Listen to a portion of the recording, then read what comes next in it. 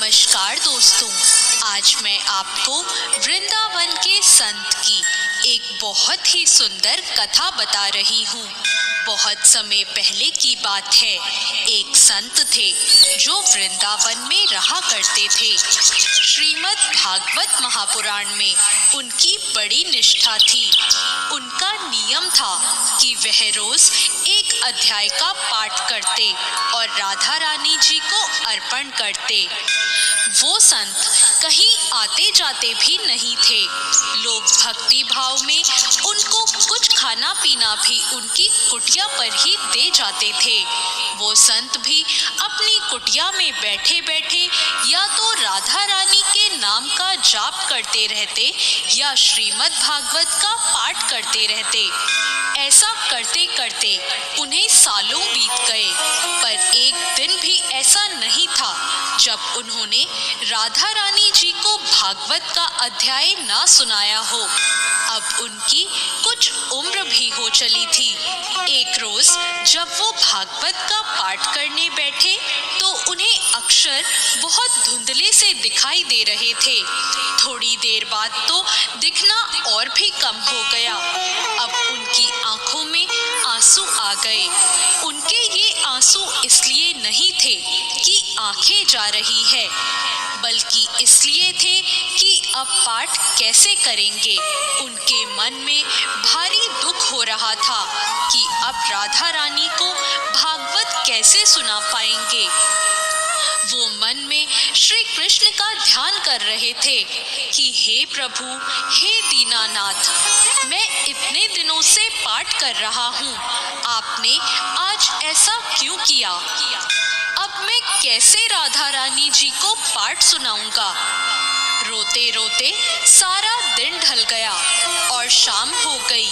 उस दिन उन्होंने कुछ भी खाया पिया नहीं, क्योंकि उनका नियम था कि वो पाठ राधा रानी को सुनाकर उन्हें समर्पित कर कर ही खाना खाया करते थे।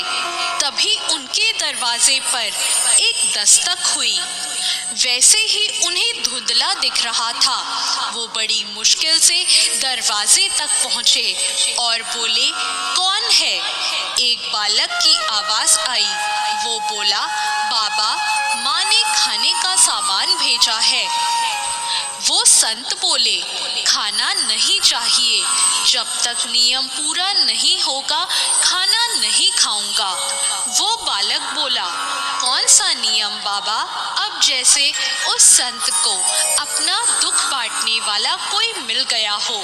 वो बोले, मैं रोज राधा प्यारी को भागवत का पाठ सुनाता हूँ और फिर ही कुछ खाता हूँ, पर आज मेरी आंखें चली गई। यह कहकर वह रोने लगे। बालक उन्हें रोता देखकर बोला, अच्छा, आंखें चली गई इसलिए आप दुखी हैं। वो संत बोले, अरे ये आंखें किसको चाहिए, मैं तो इसलिए दुखी हूँ कि अब किशोरी जी को पाठ कैसे सुनाऊंगा। उनकी बात सुनकर वो लड़का बोला, बाबा रुको, मैं थोड़ी देर में आता हूँ। बाबा वहाँ खड़े ही रह गए। इतने में बालक दौड़ता हुआ आया और बोला, ये पट्टी अपनी आंखों पर बांध लो। अब हाथ में पट्टी पकड़ाकर वो लड़का भाग गया। बाबा अपने दुखी मन से अंदर आकर जमीन पर लेट गए।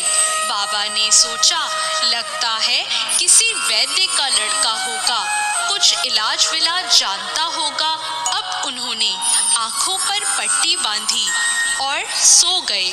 जब बाबा उठे तो उन्हें सब साफ साफ दिख रहा था। बाबा बड़े प्रसन्न हुए। बाबा ने सोचा, देखता हूँ उस लड़के ने पट्टी में क्या औषधि मिलाई है। बाबा ने देखा, उस पट्टी में राधा रानी जी का नाम लिखा हुआ था। यह देखकर बाबा फूट फूट कर रोने लगे और कहने लगे, आपके नाम की भी कितनी महिमा है। बाबा बोले, मुझसे श्लोक सुनने में आपको भी कितना आनंद आता है। बाबा बहुत खुश थे। पूरे उत्साह के साथ वो जल्दी से उठे और स्नान आदि कर कर पाठ करने बैठ गए। आज उनकी आवाज में एक अलग ही खनक थी, और होती भी क्यों ना, स्वयं किशोरी जी और बांके बिहारी जी ने उन पर इतनी कृपा जो की थी। बोलो राधे रानी की जय, श्याम प्यारे की जय। दोस्तों, अगर आपको हमारी ये कहानी अच्छी लगी हो तो हमारे चैनल को तुरंत सब्सक्राइब करें।